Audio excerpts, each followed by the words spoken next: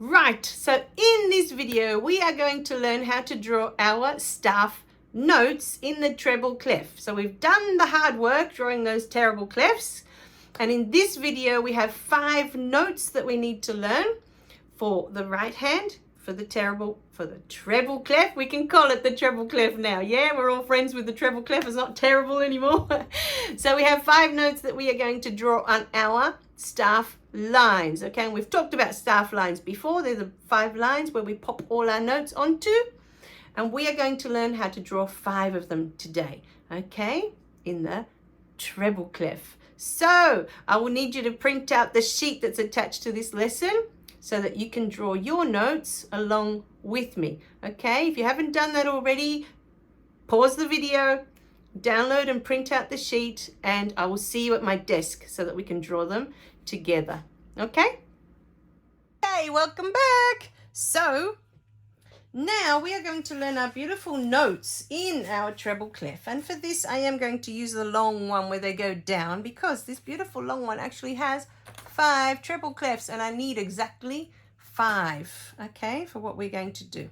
Now today we are going to learn what our notes in our C position, our cat, dog, elephant, frog and giraffe, we are going to see what they look like when they have a treble clef, or a terrible clef if you like. Okay, so I'm going to start with a nice orange. You can use pencils here or whatever you want to do. You can do pen, pencil, whatever you're happy to use. Okay, now we are going to do a cat, and the cat has a special hat. But what's important about the cat when we do it for treble clef, you have to make sure this cat is not touching the lines. There has to be a space between the cat and the lines. I'll show you. So when you draw the first circle for the cat, like that, see, he's not touching the lines, there's a gap. And then what we're going to do is give him a little hat, and this is going to be my K for cat, my cat with a hat. I'm going to do another one, so I'm going to draw another circle. See, not touching the lines. I'm going to give him a hat and K for cat. So I want you to do at least 5 of these cats. I'm going to do one more.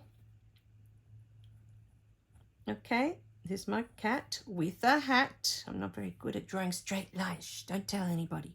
So there's my 3 cats with a lovely hat.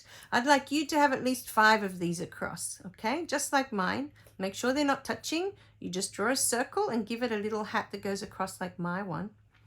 When you've done your 5, what I would like you to do is we're going to give these cats a tail. So we're going to draw our circle, again, not touching the lines.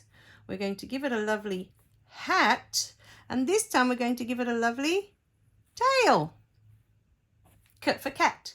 The difference is these cats are 1, 2, 3, 4 counts. 4. This cat is a 1, 2 count. It's a long cat, whereas this one is the whole notes that were worth 4. So this cat's a long, long, long, long cat that we have to count 1, 2, 3, 4 when we get to that cat, right? And this cat is a 1, 2. It's just a long note. So we're going to draw another one, okay? Draw a circle, give it a hat, and then give it its lovely tail. Cat for cat. Now I'm going to draw one more, but you can do as many as you like. The more you do, the better, because then it helps you to remember this is what your cats are going to look like from now on. And this cat with a hat is super duper important. Okay, so make sure you start to remember this cat with a hat. Okay, I'd like to see your artwork. You can make them all different colors if you like. You don't have to make them all the same. Up to you. Okay, so we've done our beautiful cats. Now we're ready to do our beautiful dogs. Now, pay attention, because the dogs are different. They're not the same. It's very important that you start to pay attention.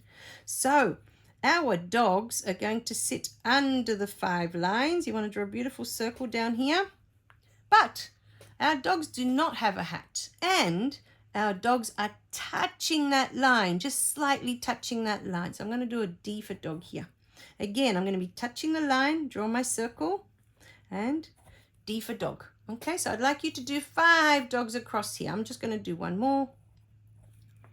They're my beautiful whole note dogs.